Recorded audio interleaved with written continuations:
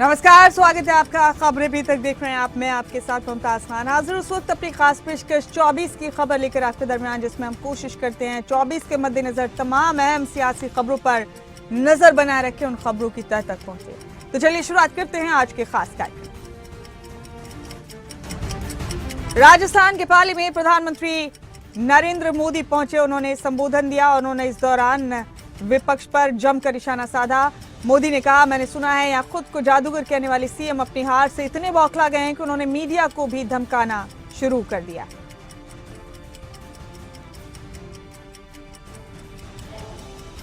महिलाओं के खिलाफ अपराध में नंबर 1 बना दिया है। यहां मुख्यमंत्री कहते हैं कि राजस्थान की बहनों बेटियों ने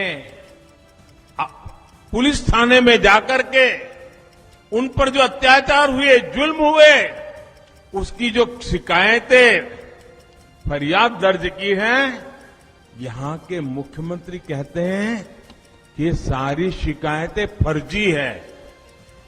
क्या कोई मां बहन राजस्थान में कांग्रेस महासचिव प्रियंका गांधी ने जनसभा को संबोधित करते हुए कहा कि आपको सोचना पड़ेगा कि धर्म और जाति की बात चुनाव के समय क्यों होती है। असली नेता जिसने आपके लिए काम किया है वो काम के आधार पर वोट मांगते हैं। भाजपा मध्य प्रदेश में 18 साल से सरकार बनाए, लेकिन वो जब मंच पर खड़े होते हैं तो एक काम का नाम भी नहीं लेते। वहां भी वो धर्म और जाति के आधार पर बात करते हैं और उसी के आधार पर वोट मांगते हैं।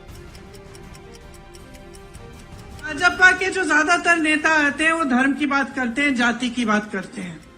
तो आपको सोचना पड़ेगा कि भाई धर्म की बात और जाति की बात चुनाव के समय क्यों होती है। जो नेता ये बात चुनाव के समय कर रहा है, इसका मतलब है कि उसके आधार पर आपसे वोट मांग रहा है। तो कह रहा है कि भाई धर्म के आधार पर वोट दो या अपनी जाति के आधार पर वोट दो, तो इसका मतलब है कि काम के आधार पर मांग नहीं सकता, क्योंकि जो असली नेता होता है। प्रधानमंत्री नरेंद्र मोदी ने कहा कि राजस्थान के पड़ोसी राज्यों हरियाणा, उत्तर प्रदेश और गुजरात में बीजेपी की सरकार है। वहां पेट्रोल 97 रुपए प्रति लीटर मिलता है, लेकिन राजस्थान की कांग्रेस सरकार इन राज्यों से 12 रुपए ज्यादा महंगा पेट्रोल बेचती है। मैं राजस्थान को गारंटी देता हूं कि 3 दिसंबर के बाद यहां बीजेपी की सरकार बनने के बाद पेट्रोल और डीजल की कीमतों की समीक्षा की जाएगी। कारण पेट्रोल की कीमत है। आप देखिए राजस्थान के अड़ोस पड़ोस के राज्य, राजस्थान का पड़ोसी यूपी है, राजस्थान का पड़ोसी हरियाणा है, राजस्थान का पड़ोसी गुजरात है, वहां भाजपा की सरकारें हैं। वहां पेट्रोल 97 रुपये प्रति लीटर मिलता है, 97। लेकिन कांग्रेस की राजस्थान सरकार, गुजरात। राजस्थान के मुख्यमंत्री अशोक गहलोत ने बीजेपी पर निशाना साधा और कहा, बेसिक एक्साइज ड्यूटी करोड़ों अरबों के अंदर होती है, जो सभी राज्यों में बटी होती है। इन्होंने बेसिक एक्साइज को तकरीबन खत्म कर दिया। भारत सरकार इतना बड़ा खेल खेल रही है, समझने की बात है। बेसिक एक्साइज ड्यूटी होती है, बेसिक एक्साइज ड्यूटी होती है करोड़ों अरबों के अंदर। उसका नियम बना हुआ है, कायदा है, सब राज्यों में वो डिस्ट्रीब्यूट होती है। इन्होंने क्या चालाकी करी है, जो बेसिक एक्साइज ड्यूटी थी, जो बंटवारा होता था राज्यों में, उसको तो कर दिया लगभग खत्म, बहुत कम कर दिया। और नई excise duty, additional excise duty number 1, special excise duty number 2 और सेस नंबर 3, इसको बढ़ा दिया। यूपी के मुख्यमंत्री योगी आदित्यनाथ ने जयपुर में एक जनसभा को संबोधित किया और कहा कि आज राजस्थान महिला संबंधित अपराध से लेकर साइबर अपराध में नंबर 1 है। आज भारत के अंदर कांग्रेस की तरफ से दी गई बड़ी बड़ी समस्याएं थी, जिनका समाधान हो रहा है। स्थापित कर दिया था। जिस राजस्थान को भारतीय जनता पार्टी ने अपने शासनकाल में विकास की एक नई ऊंचाइयों को आगे बढ़ाने का प्रयास किया था, और जिस राजस्थान में 5 वर्ष पहले तक विकास हर गांव, हर गरीब, हर किसान, हर नौजवान, हर महिला तक पहुंचाने के लिए बड़े बड़े कार्यक्रम और कार्य योजनाएं आगे बढ़ी थी, श्रीमती वसुंधरा राजे जी के नेतृत्व की भारतीय जनता पार्टी सरकार ने आगे बढ़ाया था। आखिर 5 वर्ष में ऐसा क्या हो गया?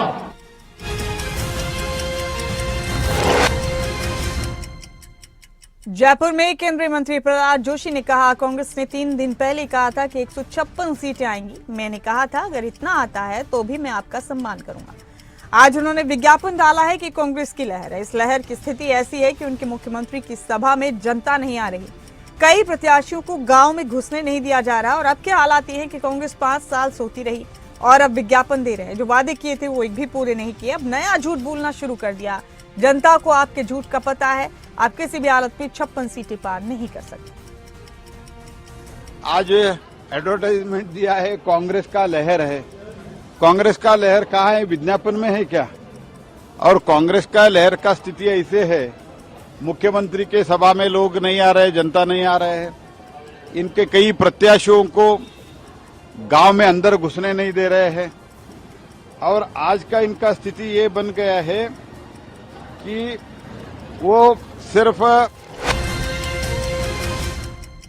जयपुर में बीजेपी नेता संबित पात्रा ने कहा, सबसे पहले कांग्रेस ओबीसी से प्रधानमंत्री का उम्मीदवार घोषित करे और कांग्रेस पार्टी ने ओबीसी के लिए क्या किया है ये घोषित करे। उनसे पूछें कि उन्होंने ओबीसी के बारे में किस तरह की अपमानजनक टिप्पणी की। राहुल गांधी ने पहले कहा था कि वो जाति आधारित राजनीति में विश्वास नहीं करते हैं। लोग जानते हैं कि ओबीसी के कल्याण के लिए कौन काम कर रहा है। देखिए, आज जिस प्रकार से जो प्रथम परिवार कांग्रेस पार्टी का है, आप इनसे पूछिए कि इन्होंने ओबीसी को लेकर किस प्रकार का अपमानजनक टिप्पणी पहले किया हुआ है।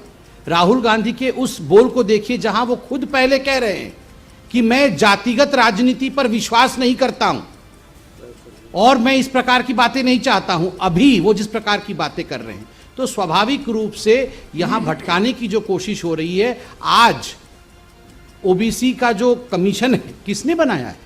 ओबीसी के हित के लिए काम कौन कर रही है? ये जनता जनार्दन जानती है। हैदराबाद में केंद्रीय गृह मंत्री अमित शाह ने जनसभा को संबोधित करते हुए कहा, केसीआर, ओवैसी की पार्टी और कांग्रेस तीनों परिवारवादी पार्टियां। ये तीनों पार्टियां 2G, 3G और 4G पार्टियां हैं। 2G का मतलब है 2 जनरेशन, केसीआर, केटीआर। 3G का मतलब है 2 जनरेशन ओवैसी की पार्टी और 4G का मतलब है कांग्रेस, जवाहरलाल नेहरू, इंदिरा गांधी, राजीव गांधी और राहुल गांधी।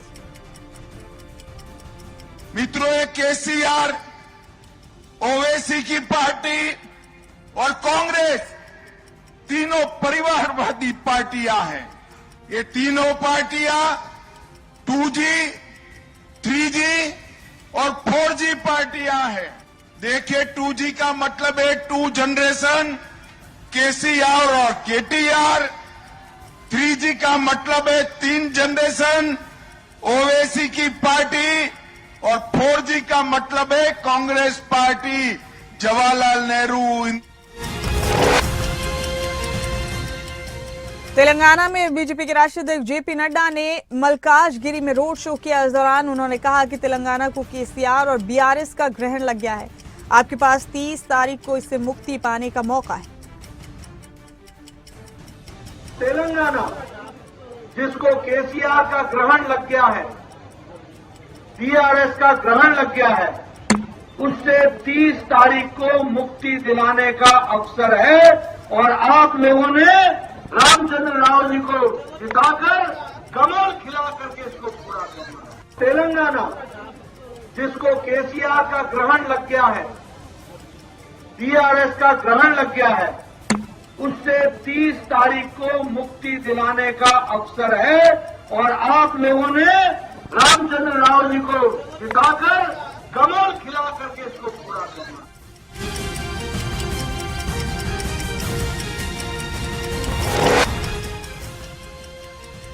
तेलंगाना विधानसभा चुनाव पर एआईएमआईएम प्रमुख असदुद्दीन ओवैसी ने कहा, कांग्रेस और भाजपा की सियासत नफरत के ऊपर बनी। तेलंगाना कांग्रेस के अध्यक्ष आरएसएस से हैं और आज कांग्रेस का रिमोट कंट्रोल मोहन भागवत के पास है, इसलिए हमें इनसे सावधान रहने की जरूरत है। बीजेपी के स्टेट प्रेसिडेंट ये बोलते हैं कि मॉल सिटी में बुलडोजर चलाऊंगा, तो इन दोनों की सियासत जो है वो हेट के ऊपर मुबनी है, नफरत के ऊपर है। और इसीलिए मैं कह रहा हूं कि जो तेलंगाना का कांग्रेस का अध्यक्ष है वो आरएसएस का है और आज कांग्रेस का रिमोट कंट्रोल मोहन भगवत के पास है। तो इसलिए हम तमाम को इनसे बाखबर रहने की जरूरत है। ये इस तरह की बातें जो कर रहे हैं वो असल उनका एजेंडा है, जहर है जरूर पर एजेंडा है उनका। बीजेपी के स्टेट प्रेसिडेंट ये बोलते हैं कि मॉल सिटी में बुलडोजर चलाऊंगा, तो इन दोनों की सियासत जो है वो हेट के ऊपर। तेलंगाना में कांग्रेस महासचिव प्रियंका गांधी के बयान पर भाजपा नेता और पूर्व उप मुख्यमंत्री सीएन अश्वत्थ नारायण ने कहा, ये पूरी तरह से निराधार बयान है जो प्रियंका गांधी ने दिया है। ये सच नहीं है, ये पूरी तरह से झूठ है। कांग्रेस वो पार्टी है जो सभी तरह की कट्टर पार्टियों, सभी तरह की राष्ट्र विरोधी पार्टियों, चाहे कोई भी हो, उसके साथ मिल जाएगी। उन्हें सिर्फ सत्ता चाहिए, सत्ता के लिए वो कुछ भी करे। Completely baseless statement what is being made by Priyanka Gandhi. It is not true. It is completely false. They are the people who have been having understanding with the MIM. All the fanatic parties, the Congress will get along with all kind of fanatic parties, all kind of anti-national parties, all kind of other parties, whoever is there. They just want power. For the sake of power, they'll do anything. The Congress party. It is completely baseless statement what is being made by Priyanka Gandhi. It is not. Telangana BJP अध्यक्ष जी किशन रेड्डी ने कहा, मैं यहाँ की जनता से गुजारिश करता हूँ कि कांग्रेस भ्रष्टाचारी पार्टी है। वो देश का नहीं बल्कि अपने परिवार का देखती है, इसलिए आने वाले दिनों में उन्हें सबक सीखना चाहिए और उन्हें तेलंगाना में भी हराना चाहिए। तेलंगाना की जनता का स्पष्ट फैसला है कि भाजपा सत्ता में आएगी। कांग्रेस पार्टी भ्रष्टाचारी पार्टी है, देश के हित के लिए काम करने वाले नहीं है। हम आजाद से अभी तक देखे हैं कांग्रेस पार्टी का हिस्ट्री, कभी भी वो लोग परिवार के लिए देखते हैं, देश के लिए नहीं देखते हैं। इसलिए आने वाले दिन में कांग्रेस पार्टी को सबक सिखाना चाहिए, तेलंगाना में भी हराना चाहिए। यही मैं जनता से अनुरोध करना चाहता हूँ। कांग्रेस पार्टी भ्रष्टाचारी पार्टी है, देश के हित के लिए काम करने वाले नहीं है। हम आजाद से अभी तक देखे हैं कांग्रेस पार्टी का हिस्ट्री, कभी भी वो लोग परिवार के लिए देखते हैं, देश के लिए नहीं देखते हैं।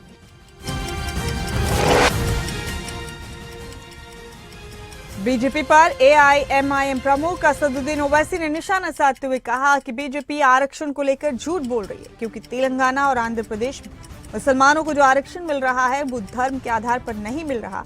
उनको उनके सामाजिक शैक्षणिक पिछड़ेपन के आधार पर आरक्षण मिल रहा है और हर मुसलमान को नहीं मिल रहा। पिछड़ापन मुसलमानों में एक पिछड़े वर्ग की सूची बनाई गई है, उन्हीं को आरक्षण दिया जा रहा है। आखिर बीजेपी को दिक्कत क्या है? क्या वो नहीं चाहते कि भारत मजबूत मुल्क बने? ये उनकी नफरत की सियासत। देखिए, बीजेपी जो कह रही है रिजर्वेशन के बारे में, झूठ बोल रही है। तेलंगाना और आंध्रा के में जो रिजर्वेशन मिल रहा है मुसलमानों को, रिलीजन पे नहीं मिल रहा। नंबर 1, उनको मिल रहा है उनके सोशल एजुकेशनल बैकवर्डनेस की बुनियाद पर, और हर मुसलमान को नहीं मिल रहा है। एक बैकवर्ड मुसलमानों में ही बैकवर्ड एक। राहुल गांधी के प्रधानमंत्री को अडानी की जय बोलनी चाहिए वाले बयान पर बीजेपी के राष्ट्रीय उपाध्यक्ष दिलीप घोष ने पलटवार किया और कहा, अभी उनको सीखना पड़ेगा कि किसको जय बोलना है। कांग्रेस को भारत माता की जय बोलना सीखना पड़ेगा, तभी लोग उन्हें माफ करेंगे, वरना उनकी समाधि निश्चित है। बता दें आपको कि चुनाव का माहौल है, वार पलटवार का सिलसिला तेज है। सत्ता पक्ष और विपक्ष के बीच आए रोज तकरार हो रही है और बयानबाजियों के जरिए एक दूसरे पर हावी होने की कोशिश लगातार जारी है। अभी तो उनको सीखना पड़ेगा किसका जय बोलना है, किसका जय बोलते थे। कांग्रेस को भारत माता की जय बोलना सीखना पड़ेगा, तभी लोग क्षमा करेंगे, नहीं तो उनकी समाधि निश्चित है। अभी तो उनको सीखना पड़ेगा किसका जय बोलना है, किसका जय बोलते थे। कांग्रेस को भारत माता की जय बोलना सीखना पड़ेगा।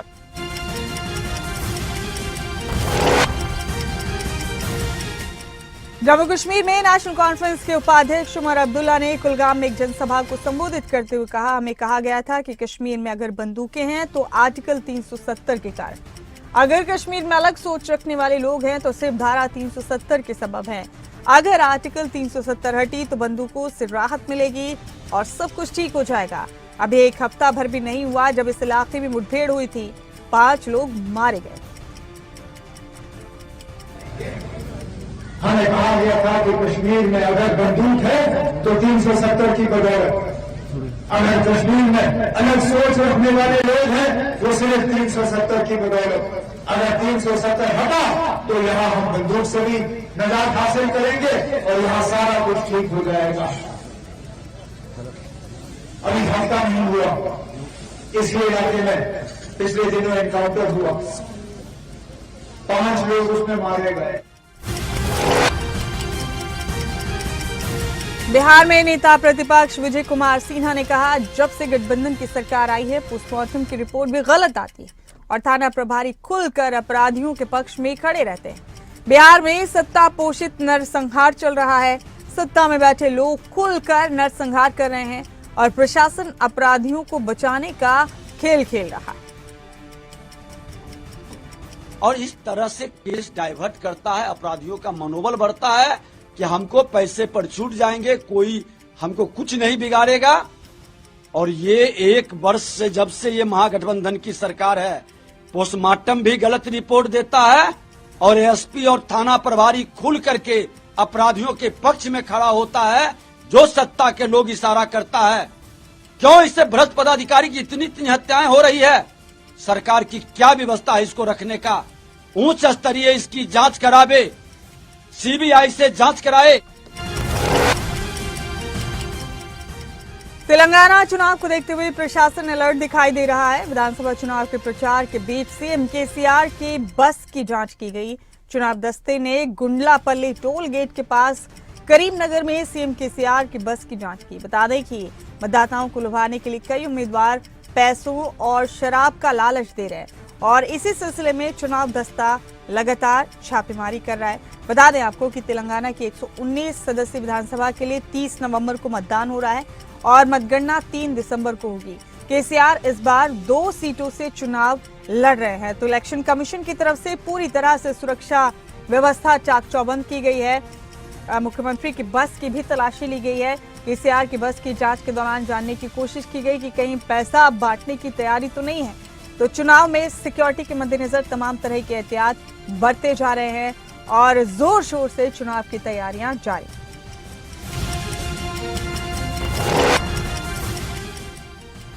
पलवल में झुलकारी बाई की जयंती पर एक कार्यक्रम आयोजित हुआ। इस कार्यक्रम को मुख्यमंत्री मनोहर लाल ने संबोधित किया। इस दौरान सीएम ने परिवारवाद को लेकर विपक्ष की पार्टियों पर जमकर तंज किया। मुख्यमंत्री ने कहा कि हमने 3C को खत्म करने का काम किया। हमने कई तरह की बीमारियां समाज में से खत्म कर दी हैं। 3C को खत्म करना, ये हमने घोषणा की है। करप्शन, क्राइम और कास्ट बेस्ड पॉलिटिक्स। हम महापुरुषों की तो सम्मान करेंगे, लेकिन कास्ट की राजनीति नहीं करेंगे। अगर कास्ट हमने बनानी है, गिननी भी है, तो हमारे लिए 2 कास्ट हैं। मोदी जी ने कहा, एक अमीर जाति, एक गरीब जाति। और पहले हम गरीब जाति को अपनाएंगे। गरीब जाति का उत्थान, इसका भला करना, अंत्योदय की योजना पंडित दीनदयाल उपाध्याय के कहने पर इनको आगे बढ़ाएंगे। चाहे बच्चों की शिक्षा हो, चाहे वो स्वास्थ्य हो, चाहे वो सुरक्षा हो, चाहे स्वावलंबन हो। हरियाणा में लोकसभा और विधानसभा चुनाव से पहले अब गरीब और दलितों की बात शुरू हो गई है। एक तरफ कांग्रेस बीजेपी पर आरोप लगा रही है कि बीजेपी गरीबों और दलितों की विरोधी है, तो दूसरी तरफ बीजेपी का कहना है कि बीजेपी ने गरीबों के हित में ही काम किया। पलवल में केंद्रीय राज्य मंत्री कृष्णपाल गुर्जर ने भी गरीबों और दलितों की बात की। उन्होंने कहा कि मोदी और मोदी सरकार ने गरीबों और दलितों के हक में काम किया। इस देश में पिछले 5 सालों में 13.5 करोड़ लोग गरीबी की रेखा से ऊपर आए हैं। छोटा काम नहीं है।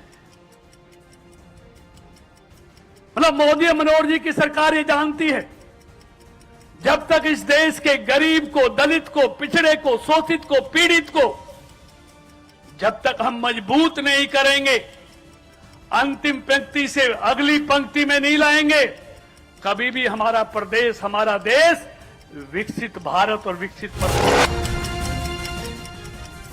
हरियाणा बीजेपी के अध्यक्ष नायब सैनी ने कांग्रेस पर निशाना साधते हुए कहा कि बीजेपी की सरकार में गरीबों का उत्थान हुआ है।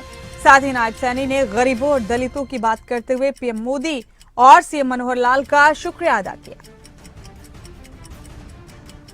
आदरणीय मुख्यमंत्री जी, जब से आपने मुझे जिम्मेवारी दी है, मैं पूरे हरियाणा प्रदेश के अंदर घूम रहा हूं और पूरे हरियाणा प्रदेश के अंदर जितनी योजनाएं आपने चलाई हैं, वो दूर दराज जो अंत्योदय की लाइन में अंतिम व्यक्ति खड़ा है, वो योजना साकार रूप लेकर के वो हर घर तक पहुंच रही है। मैं ये अपनी आंखों से देख रहा हूं।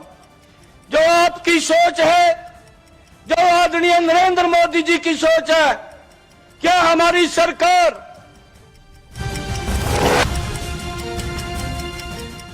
एक तरफ बीजेपी दलितों और गरीबों के मुद्दे पर कांग्रेस पर हमलावर है, तो उधर कांग्रेस की तरफ से भी लगातार गरीबी के मुद्दे पर बीजेपी को घेरा जा रहा है।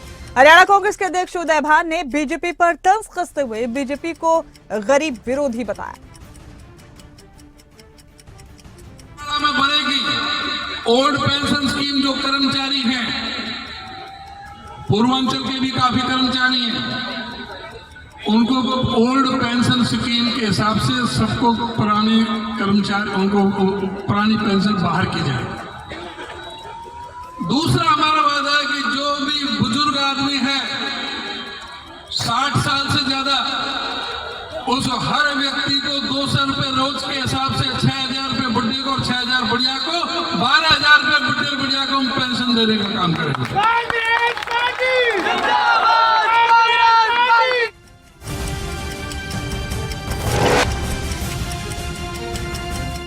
शिमला में पूर्व जयराम सरकार पर सीएम सुक्खू ने इल्जाम लगाते हुए कड़े तंज किए। सीएम सुक्खू ने कहा कि पहले की जयराम सरकार में बगैर वैध इजाजत के स्टोन क्रशर्स चल रहे थे।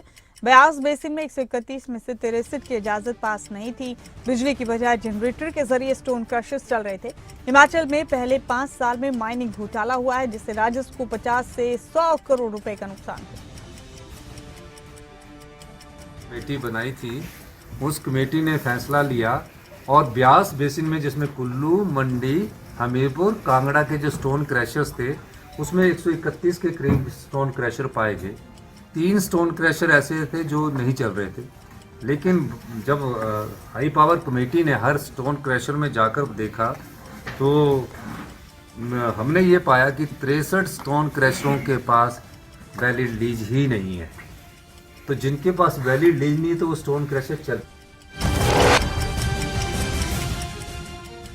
लोकसभा चुनाव को लेकर हिमाचल में बीजेपी एक्टिव हो गई है। हिमाचल बीजेपी के अध्यक्ष डॉक्टर राजीव बिंदल ने कहा कि केंद्र सरकार की एक व्यंगम यात्रा पूरे देश में शुरू की गई। हिमाचल में भी यात्रा की जा रही है, जिसके प्रथम चरण में हिमाचल में जनजातीय इलाकों में यात्रा अभी चल रही है। 25 नवंबर से बाकी हिमाचल के अंदर भी रथ चलने शुरू हो जाएंगे। विकसित भारत संकल्प यात्रा केंद्र की श्री नरेंद्र भाई मोदी सरकार के द्वारा विगत 9 वर्षों के अंदर विभिन्न प्रकार की योजनाएं समाज कल्याण के लिए चलाई, गरीब कल्याण के लिए चलाई गई योजनाएं और समाज के उत्थान के लिए चलाई गई योजनाओं को लेकर के एक विहंगम यात्रा पूरे देश में प्रारंभ की गई। 15 नवंबर को और झारखंड से आपदा राहत पैकेज को लेकर हिमाचल में सरकार विपक्ष आमने सामने होते हैं। उसी कड़ी में सोलन पहुंचे बीजेपी सांसद सुरेश कश्यप ने आपदा राहत पैकेज को लेकर बयान दिया और कहा कि केंद्र सरकार की तरफ से प्रदेश सरकार की हर मुमकिन सहायता की गई है। उन्होंने कहा कि सरकार जो आपदा राहत पैकेज हिमाचल में दे रही है वो केंद्र सरकार की तरफ से ही दिया गया बजट। बताना चाहूंगा कि केंद्र सरकार के द्वारा जो भी लोगों के घर क्षतिग्रस्त हुए थे उसके लिए 11,000 के करीब घर स्वीकृत किए थे, जिसमें से 9,511 घर ऑलरेडी जो हैं हिमाचल प्रदेश को मिल चुके हैं और बाकी भी जो घर हैं वो जल्दी मिल जाएंगे। प्रयास ये है कि जिन लोगों के घरों को क्षति हुई है उसको उन लोगों को लाभ पहुंचाया जाए। मैं केंद्र सरकार का धन्यवाद करता हूं कि 5000 अतिरिक्त घर हिमाचल प्रदेश को इस बार इस आपदा के समय में मिले हैं। बाकी मैं ये भी कहना चाहूंगा कि जो प्रदेश सरकार के द्वारा आपदा पैकेज घोषित किया। इन तमाम खबरों के साथ 24 की खबर में फिलहाल मेरे साथ इतना ही। मुझे दीजिए इजाजत, लेकिन बाकी तमाम अहम खबरों के लिए आप बने रहें खबरें।